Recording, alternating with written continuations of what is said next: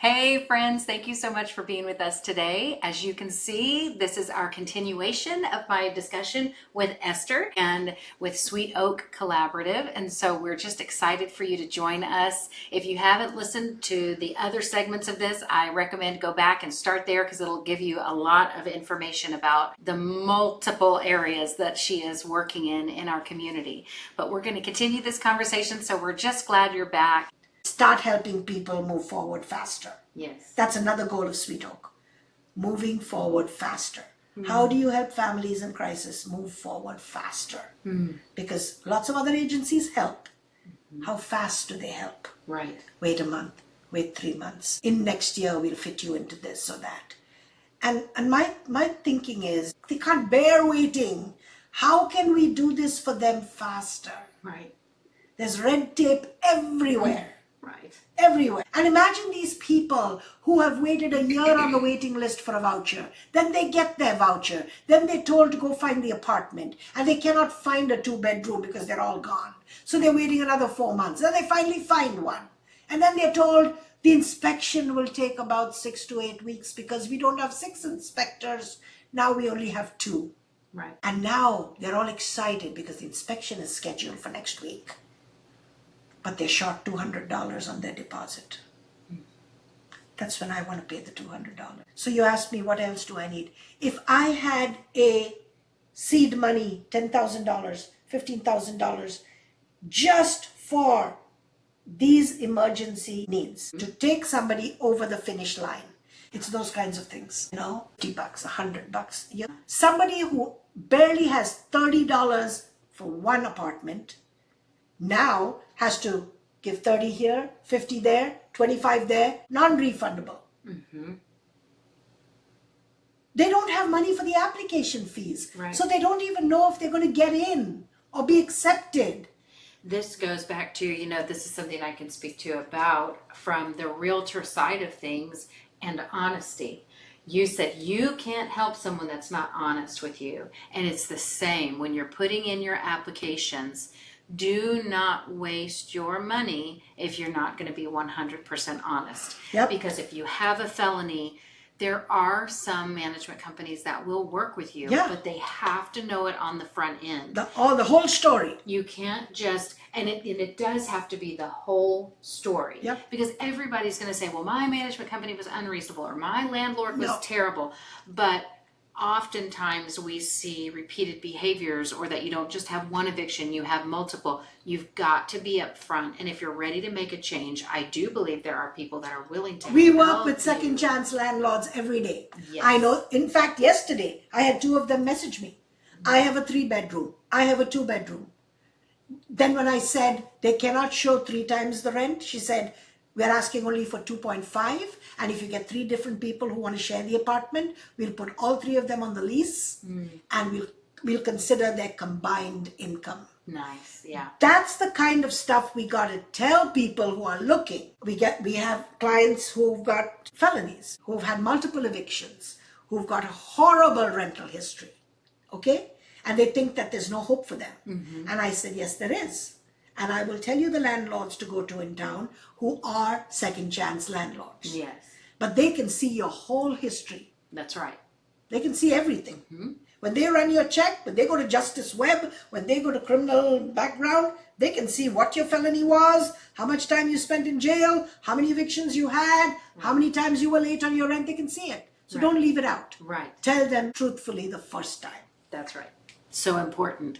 And so then there may be, this is kind of a call to action for my listeners too. If you would be a second chance landlord, I know Esther would love I'd love to get to know you. to have you contact her and let her know. And that's, if you're willing, if you own your own business and you're willing to hire someone that maybe doesn't have their own transportation, but they have proven out that they are willing to get the bus ticket and get there, please reach out to Sweet Oak Collaborative, because just working together as a community, we can do so much. And if you are a believer, what better picture for the world right now that has so much, there is so much hopelessness, there is so much pain, there is so much hurt.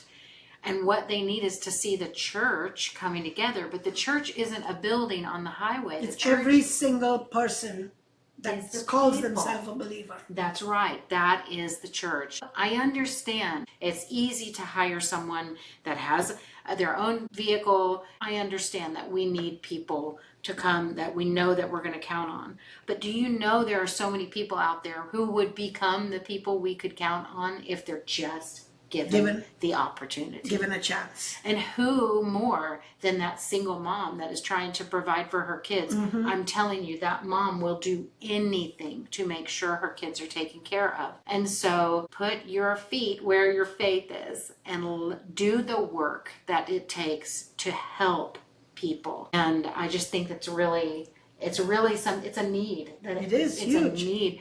And people would be less inclined to hate Christians if Christians acted like Christ did. Yep. I mean, that's, Do the work. You know, somebody asked me the other day, how do you describe yourself? I would say a follower of Christ. Many times we want to define ourselves by I'm a Baptist, I'm a Methodist, I'm a Catholic, I'm a this. Yes, I'm cradle Catholic, but I would prefer to say I'm a follower of Christ. yes. What does that mean? Right. That is living the two greatest commandments. Yes. Love God. And love your And neighbor. love others. That's it. That's it. Yeah. Take church out of this is what I tell people. You go to church? Oh yes, this is my church. You go on a Sunday? Oh yes, we go on a Sunday. How do you take church out of the pew after you've left church on a Sunday? Right. Take church out of the pew you sat in. You sang nice songs, you listened to a great preacher, you love your church, all your friends go there, their kids go there. That's great. If your spiritual tank is not so filled that it doesn't take you all through the week, spilling out to others till you come back next Sunday, you just went into a building. That's right. You just sang some Part nice... of a club. Part of a club, you sang some nice songs and you feel good. You feel good. But you will feel a whole lot better when you start pouring out to others. Yes. Truly, it is better to give than Oh to my receive. gosh. Truly. People tell me I'm crazy. Yes, you need to slow down. You need time for yourself. You need a social life. You need self-care. I said, I don't think you understand that this is my self-care. This is the most fulfilling thing I do. Yeah. Everybody has to have purpose for what they get up every morning for. For some people, it's a 9-to-5 job. That's okay. For others, it's a stay-at-home mom. That's okay. It doesn't matter what it is. Pick something, make it your purpose. For me, this is the most soul-filling thing I do. It's enriching all day, every day, all week. Yes. You know, 99% of all Sweet Oak volunteers and leaders are Christian. They all belong to a Christian church. So people were like, well, Esther, why don't you just make it a Christian ministry? And I said, because of the people we will be excluding. Mm-hmm. I want people to feel included, and that means everybody. Right. And the minute we say, you know, we're a Catholic group or a Baptist group or a Methodist group or whatever group, then we're defining ourselves by that church. Right. And the people who already feel excluded are going to say, well, that's not for me. They won't help me. They won't help me. I can't go to that group. Yeah. And I think, you know, that it brings up something that I think is super important. John 3:16, it's the most popular verse in the Bible, right? For God so loved the world that he gave his one and only son, that whoever would believe on him would have eternal life. Whoever. All is all. It means everybody. There is no one that Jesus excluded for the call to come to himself. And it's not for us to judge whether Jesus is going to let them in. Right. That's right. Have you heard that story about the thief who was next to him on the cross? He arrived at the pearly gates, and the angel said to him, how did you get here? Why are you here? And he said, because the guy on the middle cross told me to come. That's right. The man on the middle cross told me to come. That's right. Even him with his dying breath. Yeah. He Okay. hadn't done any good works in his whole life. His whole life. He was a thief. And he said, yeah. and Jesus said, you will be with me in paradise. That's right. The guy on the middle told me to come. That's right. What a beautiful invitation. It is a beautiful. If you think about it, Yes. right? Yes. Imagine Jesus saying that to you. Hey, come. Yeah. I got a spot for you in my Father's house. Come. Yeah. But we get so arrogant. I mean, this is We where do. people start thinking, well, I've cleaned up my life. Right. You know, I used to be that, but now I've cleaned up my life. And so we feel more acceptable, and therefore it's almost like we're saying, thanks Jesus for the handout, but I got mostly here by myself, but thanks for the last little help in. And I mean, it's just utter arrogance. It is. To think that way. It And is. it isn't our job. It is our job to speak the truth in love, but it is not our job to convict somebody's heart. No. Only the Lord can do that. Only Yeah. the Holy Spirit can do that. And so I love that your agency is not one that is going to say you're just beyond our help, except for it's the one that goes across if you aren't truthful, we can't And if you help don't want to make any effort. That's right. And if you're not willing to work harder than I am for your Yes, freedom, we are going to offer you so many options. If Yeah. we can't do it, I always look to see who's the best person I can put them onto. Which of my friends can I call when I get off this call? I'm always trying to, not just give them a name, Right. but, actually Really connect them with somebody. And then I'll follow up. Hey, tell me what happened with that lady or that gentleman, or what happened with the job, what happened, because I want to follow up to know, is there still unfinished stuff we can help with? Yes. And that's the other thing I tell people about case management. It's not one and done. Right.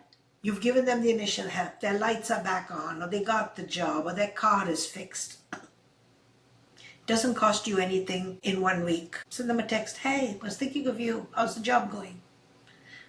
In 1 month, what happened to childcare? Did that come through? Did that start? What about your disability check? Are you getting it regularly every month? And then 1 year later, now you've touched the 1 day, the 1 week, the 1 month, the 1 year. And the person feels that you've not just disappeared from their lives. Right. When I do that, they're like, oh, Miss Esther, so nice to hear from you. Sometimes I don't stick to that. Sometimes it's like many months later. There was a lady I met at the airport. We were both headed to Boston to see our grandchildren. The flight was delayed. So she and I start talking, and then I realized she's from right here in Bryan. Oh, wow. At West Baptist in Bryan. And so we're talking, and then I'm telling her, oh, I'm looking for a place to do this, and I'm looking to expand pantry. And in the short time we were together, she's telling me who's the ministry person I need to talk to, who the pastor is, what the women's group had started doing. And so we go our separate ways. On the ride back, after our trip, we are on the shuttle together. And she's like, okay, and we exchange numbers. I don't know whether I'll see her very often, but now she knows my name. I know her name.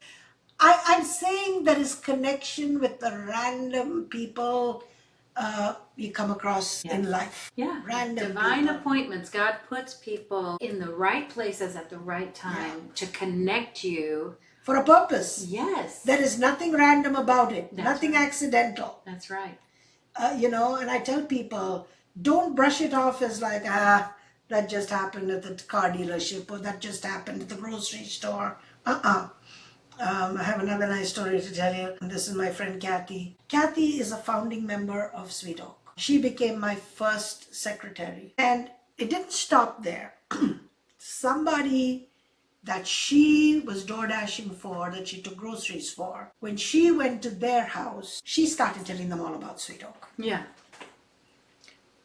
Now fast forward half a year, 1 year. She goes back again to him, or he connected with her, and she said, what's that agency with that name? You said some name that you are helping to found. And she says, Sweet Oak Collaborative.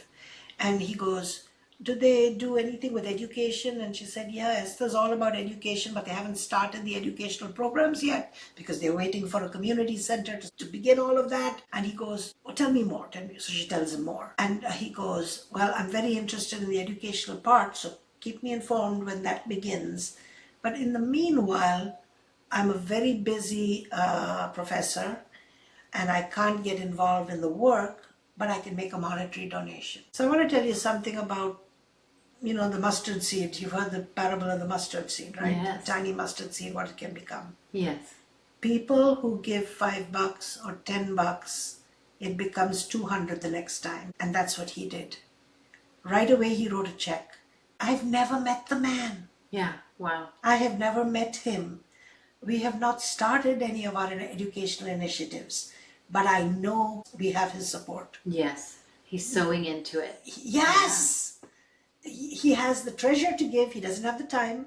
Right. He can't give his talent yet because he wants to do something educational. Yes. But he was ready to give treasure because he said, I have the means to write a check. Yes. And I tell people that just discern, what am I able to give right now? 5 minutes of my time, $5 for bus tickets, Right. 5,000 because I want a tax deduction on my next Right. income tax return. Yes. We'll take it gladly, and I'll give you a tax receipt for your income tax. Yes. Not a problem. Right. We need it all. Yeah. We cannot do this on our own.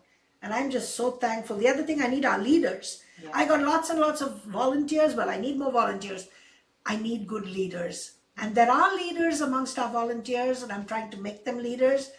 There are reluctant leaders who don't acknowledge that they're capable of leadership. They're probably fearful. They're fearful. Yeah, they just don't know the good that God has sown into them, That their they're capable identity of, that yes. He's put in that says, yeah, you on your own can't do it, but you with me, we can do do it. anything. Yeah. And so, yes, I need leaders Mm-hmm. because, like, even things like, say we get a van and I want to begin this transportation initiative, I cannot take on one more thing Right. to run on my own. Mm-hmm. I need people who help with scheduling, who take the requests, who take care of the maintenance, who deal with the drivers. It's all those things. Right. The insurance, the liability. Mm-hmm. You know, you don't just start. And that's what the other thing with me. I have dreams. I don't want to start something that falls flat on its face in a month or two. Lots of people do this. They start something, they get the community excited, and then you never hear about it again. Right. Or they have meetings after meetings after meetings, and there's no action plan, there's no deadline. It doesn't go anywhere. Right. I tell people, why do you have another meeting if you haven't completed the action item from last meeting? There's no need for another meeting. Right. Right. Do something, but you spent 2 hours talking about the last time. Yes. Do a little bit. Yeah. Then come back and say, okay, This we is how tried far we've that. This gotten." is how far we got. We ran into this stumbling block. But do something, Right. you know. Oh, yeah. And so many people are just sitting on the sidelines, like you said, scrolling Facebook, angry, writing angry stuff, riling up people who don't need to be riled up. Right. But they're not doing anything. They don't commit to any cause. Yeah. I tell people it could be Israel, it could be the trees, it could be the dogs, it could be old age homes. It doesn't matter to me. Yes. Pick something. And go do good. Yes. Yeah. Don't just sit on the sidelines and complain. you It know? makes me think of the scripture, the harvest is plentiful, The laborers are few. but there are few laborers. And so if your heart is stirring as you're hearing all of these things, If I've not scared you off. just listen to the Lord, because any place that you have fear, if He is inviting you into it, He will equip you to do it. That is the God that we serve. That is the Holy Spirit that works inside of us and through us always to make a difference. And so if you're feeling any kind of a stirring, or even if you're just curious to know more, again, I'm going to ask you, go to the links in the description and see how you can get involved. You can contact Get Honest it's just gethonestpod@gmail.com, or you can contact Sweet Oak Collaborative. Yep, at info@sweetoaktx.org. Okay, info@sweetoaktx.org. Yeah. And so I'll have all that in the show notes, but I really want to encourage you, if your heart is stirring, don't put it to the side to come back to it, because you know how life goes and you're going to get all busy and you're not going to do it. Stop right now. If you're driving, pull off to the side of the road and write this down and contact, and just trust that God is stirring your heart for a reason. He's inviting you for a reason.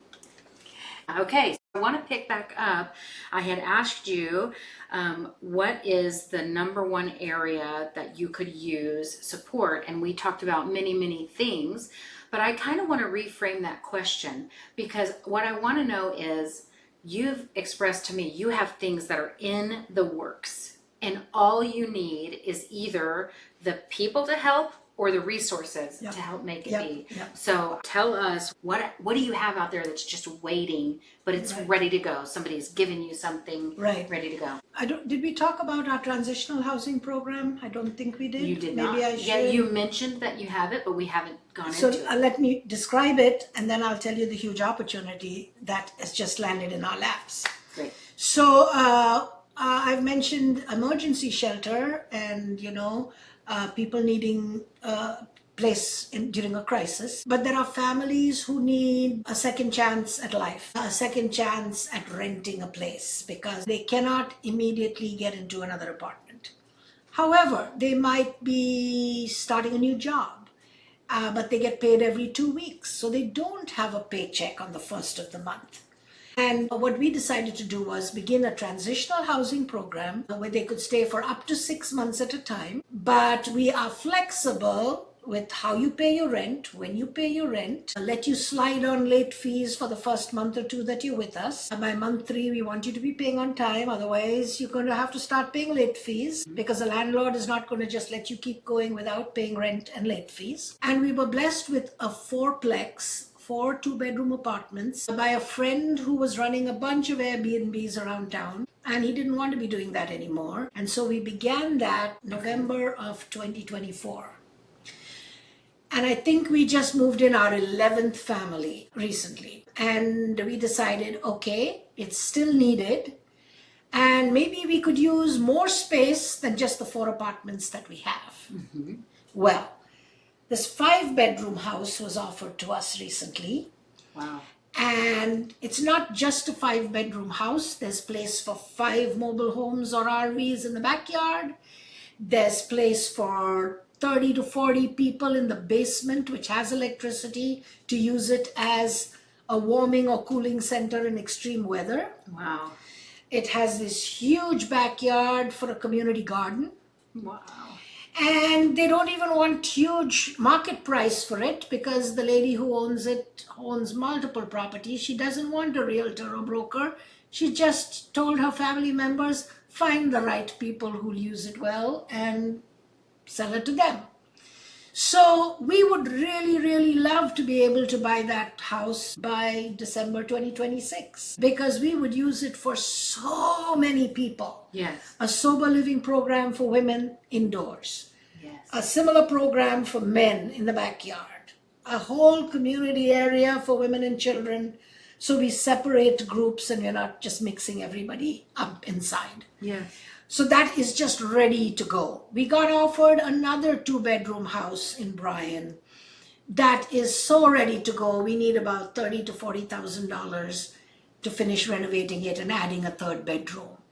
That would become a day shelter. It could become a place for 3 different individuals to live. We are really hoping to get the donation of a 15-passenger van. With the donation of a van, we need responsible drivers. Mm-hmm. We need the funds to cover liability and insurance. They are drivers. Not everybody can be a volunteer. There are young people who need to be paid.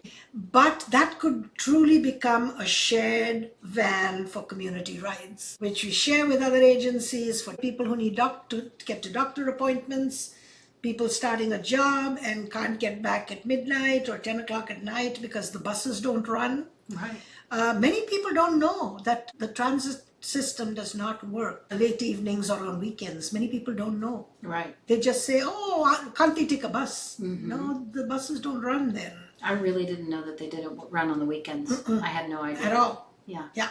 Wow. Or at midnight to bring people back from Sanderson Farms. Right. Right? Right. I had somebody who took a second job and he told me I walk back from Waterburger at 10 o'clock at night, 2 miles every night after work. Yeah. There's no bus at 10 o'clock at night. Gosh. And if their only choice is Uber, It's half half their their paycheck, half yeah. their paycheck has gone to Uber. Yeah. So community rides is huge, and that for all of this falls right in line with our top 2 initiatives, which are shelter and transportation. Yes. So these are 2 immediate projects we want to jump on, get that house, renovate the 2-bedroom, get that community ride van going. Mm-hmm. Anybody who can help with any of those three initiatives, we'd welcome your support. Down the road, Sweet Oak is still working towards our dream of having a community center, a hub. We have a name for it. The name was chosen before we even got our 501c3 approval. And the name is The Ladder, a community care center, a place where you can fill out your applications, we follow up on your benefits, we have skills workshops, we have a tech center, we have a community garden, we'll have a place for seniors to gather, we'll have after school programs, everything happening in one place. So people who need their food stamp application to turn that in, people who are following up on their disability check, on their housing voucher. Many people do not have the luxury of going to different offices to do these things. And then they don't have a computer or a smartphone. Right. People think like, oh, there's an online application. Well, not everybody has a computer and printer at home. Or even just internet access. Or to even internet. Yeah, yeah. So, I envision a single mother coming in, she's got a crying baby on her shoulder, she's probably hasn't even sat down for a cup of coffee for the day, and we say, come on in, let's hold your baby, why don't you get a cup of coffee, and we'll help you fill out your application. And then after she's done that, we say, okay, it now needs to be turned in that office on 29th Street, we'll take it for you. Or let's drive there and drop it off. Now with one visit to the center, that mother leaves feeling like, okay, they helped me fill it out right and they helped me turn it in. Now in a week or two, they're going to follow up and see, is everything approved or not? Yes. It made me very angry. This was about over half a year ago, maybe last year. I was helping somebody and he told me, I'm never going to hear back from that office. I turned in my application 6 months ago and nobody called me. I deal with that office a whole lot. I was right there. I picked up the phone that day and I called my friend who works in that department upstairs. And I said, hey, can you just look through your stack of pending applications that are not approved and tell me what is the status for this gentleman? In 2 minutes, she told me, oh, it's here sitting. There are like 3 places he didn't put his signature. I said, who was going to call him? This is over 6 months ago. He turned it in. He thought everything was okay. I'm telling you, I was not savvy to fill out 45 pages for the IRS. Right. How do you expect somebody, maybe he hasn't finished high school, maybe he hasn't ever gone to college, even if they have, some of those forms are so daunting. Yes. With so many boxes and so many confusing questions and places to sign. With good faith, he tried, he turned it in. Why couldn't anybody have called him? Okay, so then I found out, well, our system is we will only send a reminder in the mail. Now, the reality for the population we're serving, many of them don't stay at that same address Right. for a long time. They're never going to get it. Yeah. So he never got it. And those are the holes in the system that I keep talking about. The cracks through which good people fall Yes. and their needs fall. And that's why you need organizations like ours to say, okay, the reality is this is happening. What part can we play to fill the stuff that falls through the cracks? So we need the volunteers and we need the leaders. We need case managers. We need people who are unafraid to make phone calls. You can make a respectful phone call and still get your message across that we are very upset that you're waiting 6 months. Yes. And say, what's the next step? Tell us what you need. What do we need to bring you? It's all those things. So those were our short-term projects I told you about. Longer term is we absolutely want to work towards getting a center. If you know anybody in city government, in the planning and zoning office, there are empty buildings in our city, sitting empty for months, even years. There is no plan for them. Nobody's getting rent from them. What part can the city play in making those spaces available to nonprofits like us? We will run them, whether it's for seniors, whether it's a community center, whether it's for housing. If there is work that the cities cannot do on their own, use the nonprofit leaders to run this stuff for you. But that's what we're here for. So I tell people, if you've got a best friend who's run for office and been elected or is sitting in a position of power, if you've got a best friend who's a bank manager who can give us a very low interest loan, talk to your friends. That's good. Help make it happen faster, because the people who need this stuff, they're desperate. They've been waiting for a very long time. Just help to make the solution happen faster. Yeah, that's so good. So even if somebody had, let's just say they have 1 hour in a week, then they want to do something for good with that hour. Yeah. If they called you, would you be able to say, I have phone calls I'd love you to make for me. I've got some data entry I'd like you to enter on the computer. I got text messages you can send. If you want to come up to the office and, help us get ready for an event. We have community events. There are people who like a social life. So they go to First Friday in downtown Bryan. right, They go to the farmer's market on a Saturday morning. Take our stuff, set up a table, and tell people about Sweet Oak. yeah, You're there already. yes, I'll make all the copies. I'll give you a little box. Put up a banner. Tell people. so good. You can recruit for us. Yeah. You don't have to do anything. You don't have to spend any money. You don't have to prepare any stuff. I have it ready in a box, ready to go. We just need people who have the time to give to do that. If you're going with your grandchildren or your family already to First Friday in downtown Bryan, we have registered to take up a booth. We need people to volunteer 1 hour at a time. Yes, incredible. Yeah. And so that would only be even one time a month. That's only 1 once a hour. month. Yeah. Yep. It's not even every week. Yeah.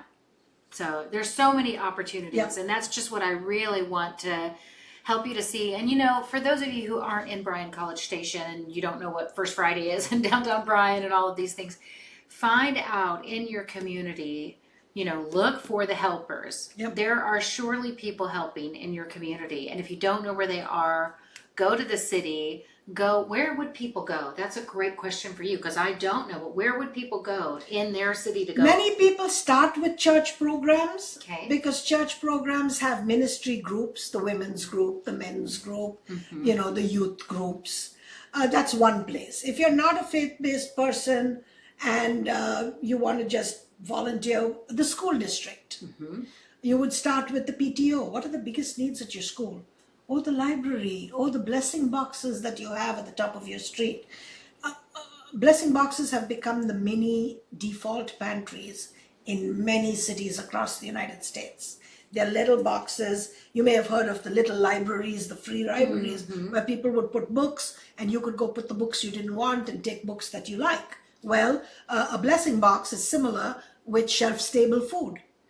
So you'd put in your ramen noodle cups or your mac and cheese or your granola bars or little fruit cups. And people who need a meal at 9 o'clock at night, they can look up the closest place to go from down their street. And if there's a blessing box there, they've got food to eat that night. Yes. I tell people, put pop-top cans. Many don't have a can opener. I once met a lady, and this goes back to the Invisible Unsheltered, who was one of the first people to tell me, don't ever call us homeless because my car is my home. But could you please tell those people who put food in the blessing boxes to please either put a can opener, or when they're buying groceries at the grocery store, only choose the cans that have a pop top. And all those extra silverware you get with takeout, the forks and spoons with the little pepper and salt, please throw a bunch of those in. Many of us do not have forks and knives or pepper and salt. Wow, yeah. Throw those in, so when we take a can to eat in our car, we have something to eat it with. Yeah. It's simple stuff like that that we don't think about. It doesn't even cross our mind because we Yes. haven't lived it. We haven't lived it. We don't have that lived experience. Yes. Yeah. So all good things you can do. That's Yep. so good. Yeah. So just look for the people in your city and go to the city meetings, and you Yes. will find people who are helpers, who are looking to do the same things that you're looking to do. But it takes moving your feet. You can't just sit around and talk about it and think about it. You've got to get up and do something about it. And so I would encourage you for that. So thinking of in this last little section, what is something that we haven't covered that you would like to cover? I know we've talked about these houses and these opportunities. I guess I want to ask a little bit more about that. You know, with the 2-bedroom house and the 5-bedroom house, is the biggest thing stopping you there? It's just the funding? Yes. Okay. The biggest thing stopping is funding, and I'm looking for a few more leaders to help us run the project, the program, Okay. oversight. So for example, a property manager, Yeah. a bookkeeper, somebody who can help us with making sure, our bills are all paid on time. I'm currently everything. I'm property manager, I'm office manager, I'm case manager, and I want to spend more time telling the stories and going and visiting with groups Yeah. and making presentations, Getting the word out. getting the word out. Yes. And I can't do it as long as there's the daily work. Because like my board says, we need to tell more stories. I said, well, if the work doesn't happen, we don't have stories to tell. It's true. Yeah. You have to show, like the impact report shows. You have to show the work, Yes. the human element of lives touched. And you already have somebody that has expressed interest in donating towards the education piece. Once you can get that part going. Yes, that's a whole initiative that thank you for asking that question, because I haven't talked about that at all. So I truly believe that education is probably one of the biggest tools in opening minds and hearts, okay? People don't know, people are not aware. And I also believe, and people think that, okay, this is a way out of the box example, Esther, but when I say it, then they're like, oh, you're right. I said, if your kid or your mother-in-law or whoever had cancer, and I told you that Walmart, like they give out TVs on Black Friday, on a certain day of the week at 6 a.m. in the morning, they were going to give out 10 pills that cured cancer, or 10 pills that cured Alzheimer's. Would you not claw your way over 50 people to be in the front of that line to get one of those pills? Would you not do that? Yes, of course. I said, okay. Now, if I tell you that there is a little kid sitting in 3rd grade who has the cure to cancer and Alzheimer's, and he's getting into trouble, and nobody cares about him because he's a little too brown, and they think he should go and get medication for ADHD. Right. And this kid goes through school untouched, unchallenged, just the cure to cancer and Alzheimer's dies with him. Now start thinking about the pill for the cure to cancer. Now are you thinking about it differently? What should we be doing to reach that child? Right. We have the next Einstein. We have the next Mother Teresa. We have the next Martin Luther King. We have the next Bill Gates or Steve Jobs, or whether you like them or not. Right. But we also have the next Unabomber. Right. We also have the next Jihadi John who was cutting off people's heads. Yeah. They also are in the same classrooms with the kid who has the cure to cancer in their minds. Right? Right. We should care as much about the talent and the solutions going to waste, and we're not paying enough attention to what's happening with our kids and what's happening in classrooms. Yes. And for that reason alone, I want to start leadership academies at all the community centers, in after-school programs, because the community centers already exist, because there are minority children especially who do not have the luxury of being signed up for every club, every sport, every this, every that the more elite, wealthy kids' parents are able to sign up for their children. Right. Okay? And I feel all these kids need those experiences just as much. They're just not born maybe in the right zip code, have their house in the right zip code, or their parents with the right last name or the right paycheck. And so I want to make this available through community centers, through after school programs, through Saturday morning workshops. And I've already begun some work on that. When I visited the Boys and Girls Club, and if you've not visited that Boys and Girls Club in Bryan, it's beautiful. They have all this space for a community garden. Shout out to Stylecraft who designed that building. Shout out to those who created a beautiful computer lab. I thought I can run a whole enrichment program using the indoors and the outdoors. When I was a school principal at one of my jobs, I began an enrichment program, and it was very popular because, again, the kids who need a hook, not the must-dos. Every kid has must-dos. You must do your homework, you must turn it in by this time, you must.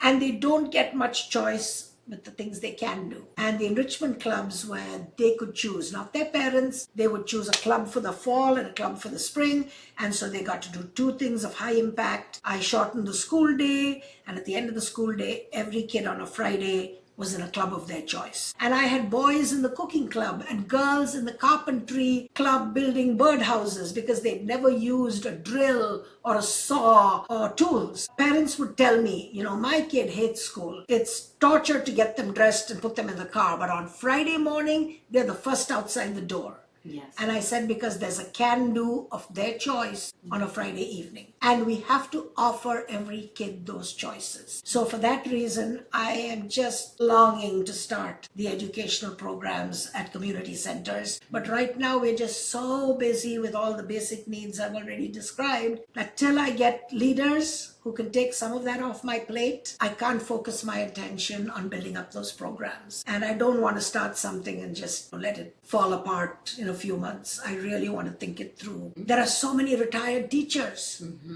who have loved their career with students and miss being in a classroom. Right, and making the impact. Yes. Because I know there's a lot of bureaucracy now that it's harder and harder for teachers to make impact. And the best teachers and the best caseworkers. If there's two groups of people that are the most burnt out, it is them. They're being treated so poorly, they're paid so poorly, and they're leaving the profession. So the people with heart that you need the most are not available to our most vulnerable population. It's true. So yeah, I want to find a place for them where they can get excited about coming and being involved in something really big. Yes. Yeah. So it sounds very much like you really need the leadership. You need people to step in and help. Yep. And then the funding, right? Yeah. Because if you had funding, you could pay people all in of that. positions. Yes, they don't all have to be volunteers. That's the other thing. I would like to be able to pay people a just wage. Yeah. I can't expect everybody to come and work for free. Right. But even if part-time salaries cost money, anybody who can write grants for us, I desperately need people to help write grants for us. Yes. Because we've not had the time or the people to do that. And I truly believe there's money out there for us. We have not reached for it yet. Yeah, they haven't made the ask. Yeah. And I do know there are groups of people and certain individuals that absolutely have that skill already. They already know how to do it, how to write it well. Yes. And so I feel like if you're listening and that is in your skill set, even if you only have a few hours that you could dedicate to it, like just I could get one grant or I could apply Or just 1 hour a week. Yes. I'll scroll through and I'll find 3 grants that Sweeto qualifies for. I'll send you whatever information you need. Just help us put it together. Yeah. So yes, you've heard her plea, and I think surely out of all of these things, like I said, Esther's in the middle of so many different things, but she's just one person and she has the same 24 hours in her day that we have in our day, which is, that's the only thing she's being limited by is time and basic needs of sleep and things like that. Yeah. And so if any of this has moved your heart, would you please just reach out? And like I said, and like she has said over and over, if you've got 1 hour or you have $5, any amount of money or time, and something has stirred within you that says, I feel like if I do something like that, even if it's 1 hour a week, my life is going to be richer. That's true. It really will.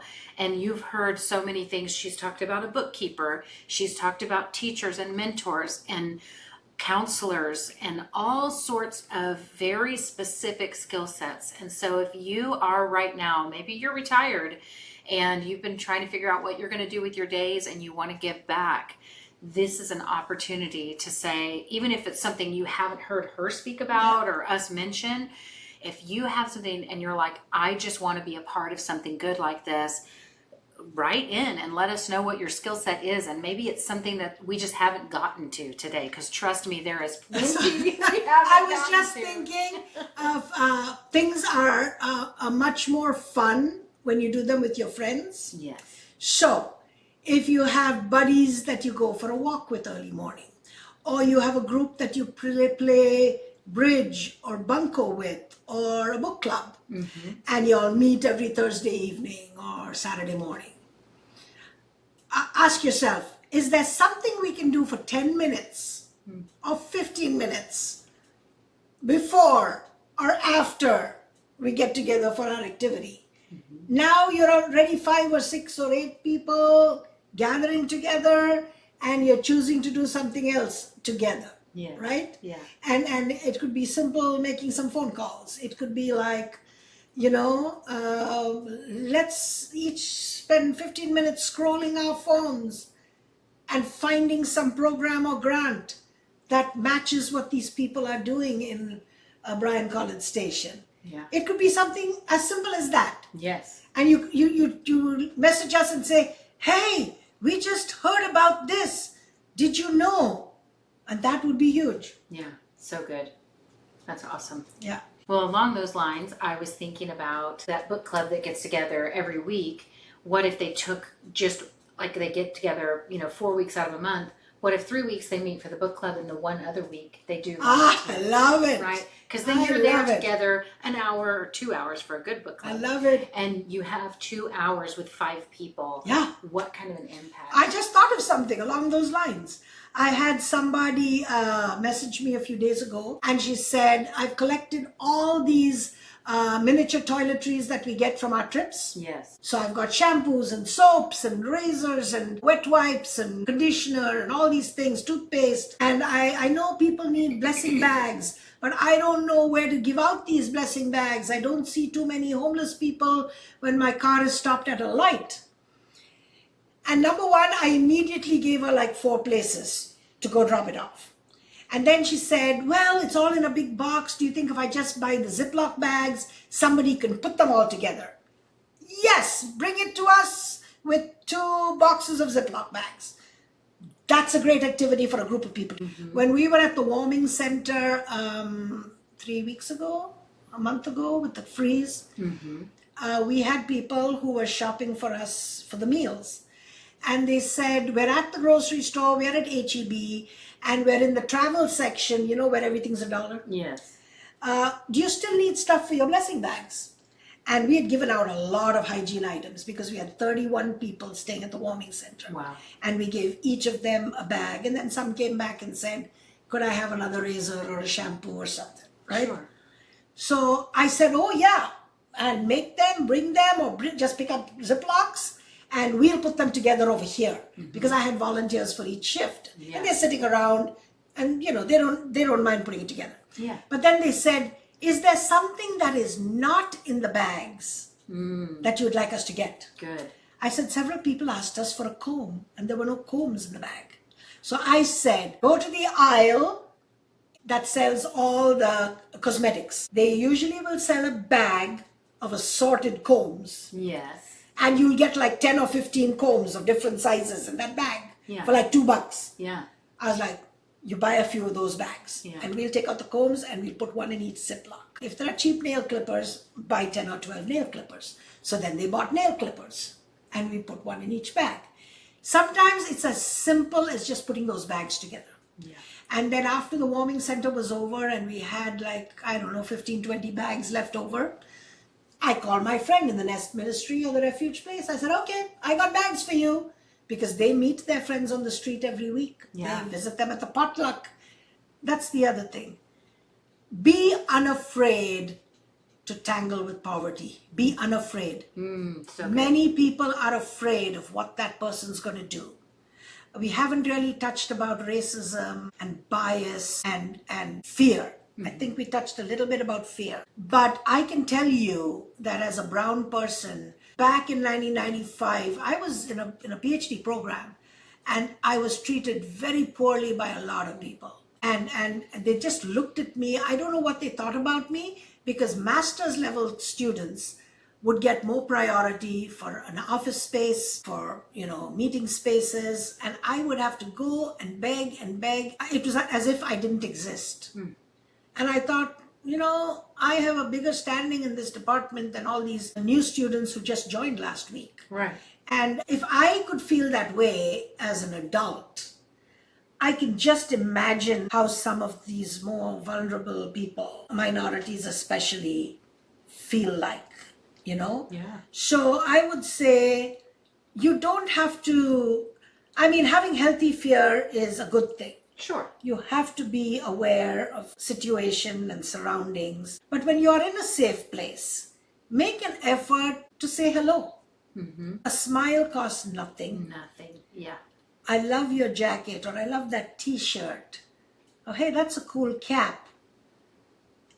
It is not costing you anything. Right. It is just opening the door a teeny weeny little bit for maybe a conversation, maybe to ask the next thing, maybe to say, how are you doing? And many people do not even want to get into that. It is too hard. And I get it. Maybe your own trauma, or something happened to you, or you're just very fearful for whatever reason, or it's just ingrained in you to be fearful. I don't know. But I'm just saying, we live in a country where you're not always going to be able to help people who look like you. Right. And so you cannot and should not be fearful if you really want to offer help. That's right. We've got to see through to the humanity. And I think instead of, there's a label put on people. And when the minute you put a label on someone, they are no longer human. At the deepest level, you've created this label so that you don't have to see their humanity. And I know personally, I was in Plano for a high school reunion, whatever, and so I'm from the Dallas area. And a couple of my friends that I hadn't seen in 25 years, we went to have a lunch together. Oh, okay. I passed this gentleman on the street, and he was clearly hungry and was maybe blind in one eye. And he was sitting there, and so I walked up to him, and I asked him if he was hungry, if he needed anything, but I started with a hi and a smile, and what's your name? And I'm telling you, the minute I asked him his name, a light came on in his eye. And he said, no one asked my name. And it was crazy. I maybe stood there with him for 3 minutes, 5 minutes. And in the meantime, I was so thankful to the Lord, because I was going to offer to go get him something, or just hand him my leftover pizza. I had some pizza and I was like, instead of just doing that, I'm going to have this intentional conversation. And while I'm having this conversation, a young, it seems like a brother and a sister actually came up, and they were probably early teens, and maybe like 13 and 15 or 15 and 16. And they brought him some food. And so it was just so sweet in that moment to think, it gave me the ability to look at him and say, look at how much God loves you. He wants you to know how seen you are, that you are seen, you're not overlooked. And I want to add to that, for the people who say, they're just going to buy drugs. If you're at a grocery store, if you're near McDonald's or Wendy's or Burger King or whatever, offer to buy them food. When I have been asked at a grocery store, and I've already done my groceries, I open the back of my car. I say, help yourself to something that you'll eat. Those who are truly hungry, will accept food. Those who only want money for drugs are going to say, no, it's okay. And there are some who will only ask for cash or a gift card. Do you know whether that card prevents them from buying alcohol, tobacco, or lottery tickets? Right. You don't know. And when I was doing the Thanksgiving and Christmas drives for St. Vincent, that's when I learned, because we would buy our gift cards in bulk from Kroger or HEB. There is a way when grocery stores can put it in their computers, the numbers of those cards, that it's not eligible for alcohol, tobacco, and lottery tickets. I did not know that. Yes, but it takes work. It takes longer. But I tell people, if you're making the effort, make the right effort. Otherwise, don't worry about it. Just pick up peanut butter and jelly, pick up some bananas, pick up some fruit, and give them some food they can eat. Yeah, yeah. But just those things, right? Just seeing people, everybody. I mean, I am very blessed. I have lack of nothing in my life, and I still want to feel seen. I still want to be treated as a human and with kindness and compassion. And so those needs don't go away. So I love that you brought that out about just offer kindness, a smile. If you have nothing else, just a smile and a 2-minute conversation can make all the difference in the world. Well, I want to thank you so much, Esther, for Thank spending you. all of this time with us. And What a great opportunity to talk. Yeah. we've learned a lot, and I really am thankful. And so look up Sweet Oak Collaborative. It's so amazing what they do, and you can find them on Facebook. And then again, in all the show notes, I'm going to have ways that you can access myself or Esther Yeah. to tell her how you want to volunteer and how you want to get And there's a involved. phone number on the back of the card that Christy will give you. Please text or leave me a voicemail and I'll call you back. Yes. Okay? Very good. Yeah. Okay. Thank you. Yes. Thanks for You coming. are so kind to have had me over. Okay, Appreciate guys. you. We hope you have a great week, and I'll see you next week. And thank you for all that you already do. Yes.